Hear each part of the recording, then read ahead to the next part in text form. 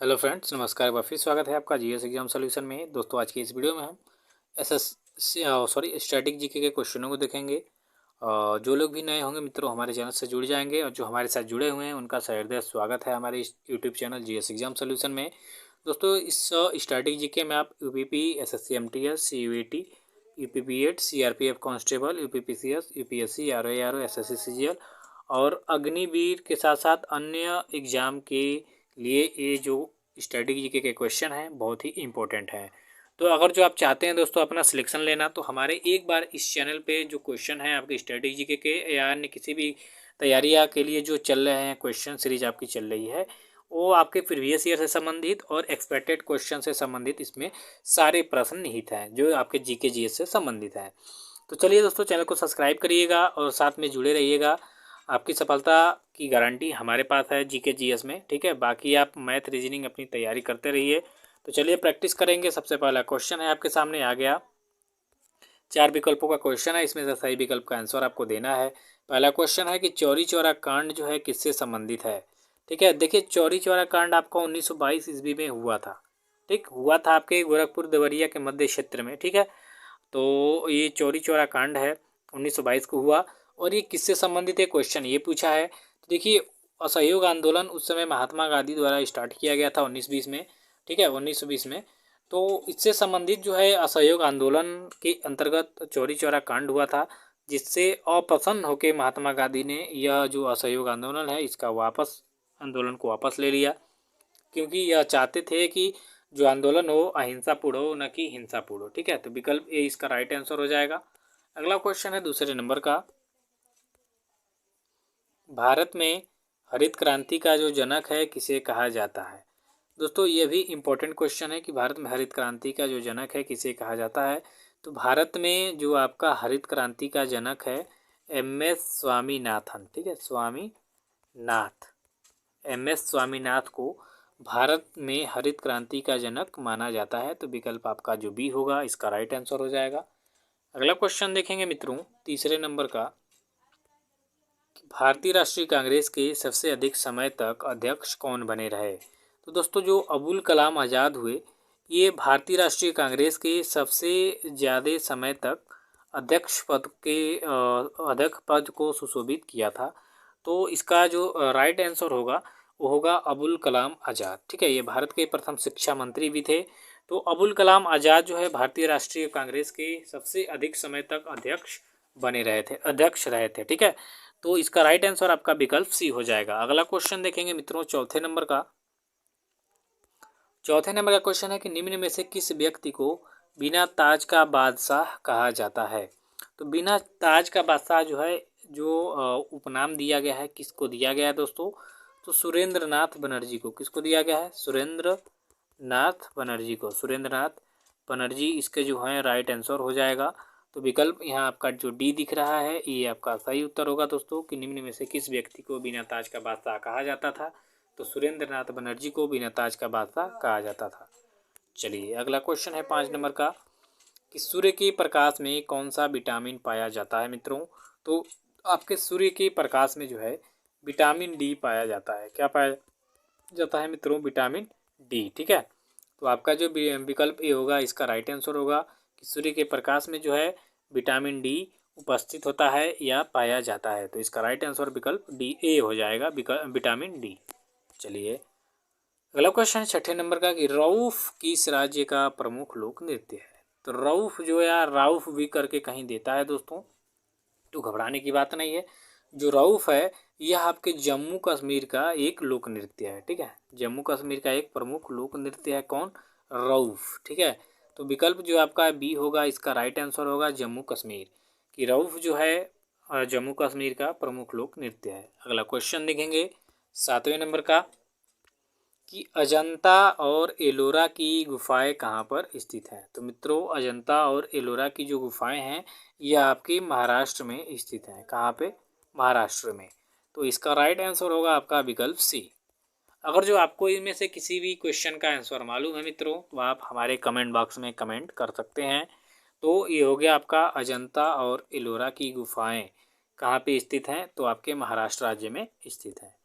Next question है आपका 8 number का, कि तालीकोटा का युद्ध जो है कब हुआ था। तो तालीकोटा का युद्ध दोस्तों 1565 ईस्वी को हुआ था। तालीकोटा के युद्ध में जो है विजयनगर साम्राज्य की जो अवनति है स्टार्ट हो गई थी, या कह सकते हैं कि विजयनगर साम्राज्य जो है खत्म हो गया था शायद। ठीक है, विकल्प जो आपका डी होगा ये सही उत्तर हो जाएगा, तालीकोटा का युद्ध 1565 ईस्वी में। ठीक है मित्रों, इतना आपका मैं समझ रहा हूँ क्लियर हो गया होगा आपका तालीकोटा का युद्ध 1565। ठीक है, चलिए अगला क्वेश्चन है आपका 9वें नंबर का कि भारत रत्न पाने वाले प्रथम गैर भारतीय कौन थे। तो दोस्तों भारत रत्न जो है पाने वाले प्रथम गैर भारतीय थे खान अब्दुल गफ्फार खां। ठीक, ये भारत रत्न पाने वाले प्रथम गैर भारतीय थे। तो इसका राइट आंसर हो जाएगा विकल्प ए। ठीक है, और जो क्वेश्चन आपके कई बार ये पूछा है कई सारे एग्जामों में, तो याद रखिएगा विकल्प ए हो जाएगा इसका। 10वें नंबर का क्वेश्चन है कि तवा नदी जो है किसकी सहायक नदी है।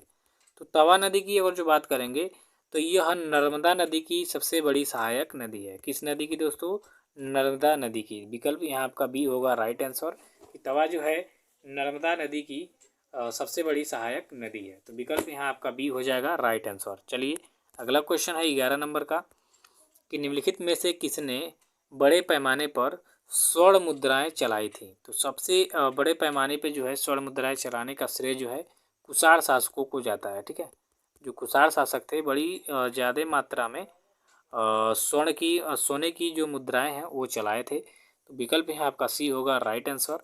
अगला क्वेश्चन देखेंगे, अगला क्वेश्चन है आपका 12 नंबर का कि सोने के सर्वाधिक सिक्के किस काल में जारी किए गए। सोने के सर्वाधिक सिक्के जो है भारत में किस काल में सर्वाधिक जारी किए गए थे। ठीक है, तो गुप्त काल में। जो गुप्त काल है इसको स्वर्ण युग भी कहा जाता है, और इसमें जो है सर्वाधिक सोने के सिक्के जारी किए गए थे। ठीक है, गुप्त काल में याद रखिएगा। सर्वाधिक सिक्के किसने जारी किए, तो कुषाणों ने। सर्वाधिक सिक्के किस काल में जारी किए गए थे, तो कुषाण काल में, गुप्त काल में, सॉरी गुप्त काल में। ठीक है, गुप्त काल आप जानते होंगे जिसकी स्थापना आपके श्रीगुप्त ने किया था। चलिए 13 नंबर का क्वेश्चन है कि वर्ष 1932 में अखिल भारतीय हरिजन संघ के संस्थापक कौन थे। देखिए 1932 में अखिल भारतीय हरिजन संघ की स्थापना हुई थी 1932 में। ठीक, और इसके संस्थापक कौन थे आपके, तो महात्मा गांधी थे। कौन थे, महात्मा गांधी। इतना याद रखेंगे। ठीक, कि वर्ष 1932 में अखिल भारतीय जो है संघ की स्थापना हुई थी, और इसके जो स्थापना किए थे आपके महात्मा गांधी ने किया था। तो विकल्प आपका जो ये होगा इसका राइट आंसर हो जाएगा। अगला क्वेश्चन है 14वें नंबर का कि मार्ले मिंटो सुधार बिल किस वर्ष में पारित किया गया। तो दोस्तों मार्ले मिंटो सुधार जो बिल है यह आपके, तो ये क्वेश्चन है कि मार्ले मिंटो सुधार बिल किस वर्ष में पारित किया गया दोस्तों।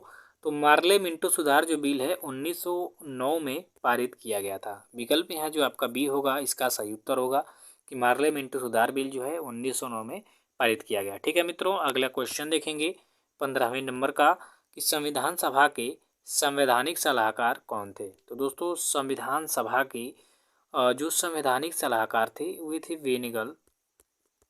वेनिगल नरसिंह राव। ठीक है, वेनिगल नरसिंह राव जो है संविधान सभा के संवैधानिक सलाहकार थे। तो विकल्प जो आपका सी होगा ये इसका सही उत्तर हो जाएगा। अगला क्वेश्चन है 16 नंबर का दोस्तों कि भारत की राष्ट्रीय आय का प्रमुख स्रोत क्या है। भारत की राष्ट्रीय आय का प्रमुख स्रोत क्या है दोस्तों, तो आपका सेवा क्षेत्र है। कौन है, सेवा क्षेत्र। ये क्वेश्चन आपके कई बार एग्जाम में आया हुआ है, तो इसका राइट आंसर हो जाएगा आपका सेवा क्षेत्र, कि भारत की राष्ट्रीय आय का प्रमुख स्रोत है आपका सेवा क्षेत्र। ठीक है मित्रों, अगला क्वेश्चन देखेंगे 17 नंबर का कि निम्न में से किस राज्य की प्रति व्यक्ति आय सबसे अधिक है। इन चारों में से एक ऐसा राज्य है जिसका प्रति व्यक्ति आय सबसे अधिक है, वह राज्य है आपका गोवा। ठीक है, भारत में गोवा सबसे ज़्यादा प्रति व्यक्ति आय वाला राज्य है। दूसरे नंबर पे आपकी दिल्ली है। तो पहले पे हो गया आपका गोवा, कि भारत में जो गोवा है यहाँ के प्रति व्यक्ति आय की जो है सबसे अधिक है। ठीक है दोस्तों, चलिए 18वें नंबर का क्वेश्चन है कि पनामा नहर का निर्माण किस वर्ष हुआ था। तो दोस्तों पनामा नहर का जो निर्माण है वह आपके 1914 में हुआ था। ठीक है, 1914 इसका क्या हो जाएगा, राइट आंसर हो जाएगा विकल्प बी।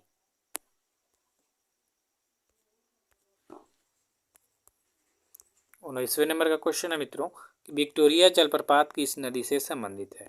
तो दोस्तों विक्टोरिया जो जलप्रपात है यह आपके जाम्बेजी नदी पे स्थित है। ठीक है, जाम्बेजी नदी इससे संबंधित है ये। तो विकल्प यहाँ आपका जो सी होगा इसका राइट आंसर होगा कि विक्टोरिया जलप्रपात जो है जाम्बेजी नदी से संबंधित है। ठीक है दोस्तों, चलिए उम्मीद करता हूँ कि आपको क्वेश्चन समझ में आ रहे होंगे और मज़े में आ रहे होंगे। ये सभी क्वेश्चन बहुत ही इंपॉर्टेंट है आपके लिए, आपके सभी एग्जाम के लिए। दोस्तों निम्न में से कौन सी पर्वत श्रृंखला विश्व में सबसे बड़ी है। तो विश्व में सबसे बड़ी जो पर्वतमाला है वो आपकी एंडीज पर्वतमाला है, एंडीज पर्वतमाला। तो इसका राइट आंसर होगा विकल्प डी, एंडीज पर्वतमाला जो है विश्व की सबसे बड़ी पर्वत श्रृंखला है। तो आज के लिए बस इतना है मित्रों, आपका 3 बैच स्टार्ट हो गया है, सीआरपीएफ बैच स्टार्ट हो गया है। ठीक है, और एसएससी एमटीएस की क्लास चल रही है और स्टैटिक जीके की क्लास चल रही है। तो डेली 6 बजे आपको सीआरपीएफ जो आपका सीआरपीएफ कांस्टेबल की पोस्टिंग आई हुई है वैकेंसी, इसके लिए चल रहा है जीके जीएस और हिंदी ग्रामर की क्लास। और एसएससी एमटीएस के लिए जनरल अवेयरनेस चल रहा है और स्टैटिक जीके आपका 8 बजे चलता है। तो थैंक यू सो मच, आज के लिए बस इतना ही।